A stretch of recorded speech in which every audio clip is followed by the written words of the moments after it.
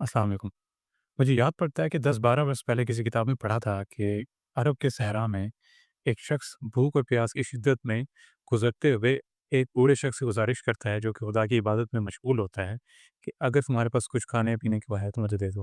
वो बूढ़ा शख्स जो इबादत में मशगूल होता है, कहता है कि मेरे पास ये सूखी रोटी है, अगर तुम ये खा सकते हो तो जी बिस्मिल्लाह। वो शख्स कहता है कि नहीं, ये सूखी रोटी तो मैं नहीं खा सकता।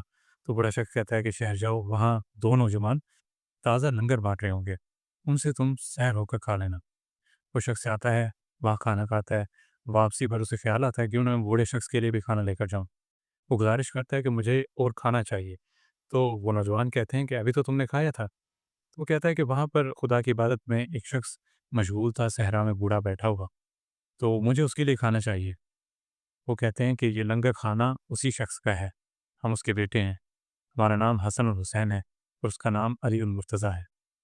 अब ये वाक़या पढ़कर या उसको रिकॉल करके आज की सिचुएशन में हम उसे अगर रिकॉन्टेक्चुअलाइज़ करें या रिलेट करने की कोशिश करें, तो हमें क्या नज़र आता है?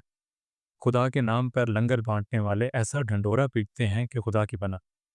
यानी हुक्म तो ये है कि अगर आप खैरात करते हैं तो किसी दूसरे तीसरे शख्स को मालूम भी ना हो कि आपने खैरात की है या किस शख्स ने किस शख्स को सदका दिया है। मगर हमारे यहाँ मामला उलट है। जब तक हम उसका ढंढोरा नहीं पीट लेते, तब तक हमें तसल्ली या तशफ़्फ़ी नहीं होती कि हमने खैरात की है। तो मेरे ख़्याल से ये तरद्दुद करना कि कौन मुस्तहिक है और उसको चुपके से उसका हक दे देना यानी सदका, ज़कात, खैरात वग़ैरह, तो ये बड़ी नेकी है। असल इम्तिहान ये है कि आप खैरात करने के बाद खुद को कैसे छुपाते हैं। ये नहीं कि अगर आपने कोई खैरात की तो उसका ढंढोरा पीटना शुरू हो जाएँ।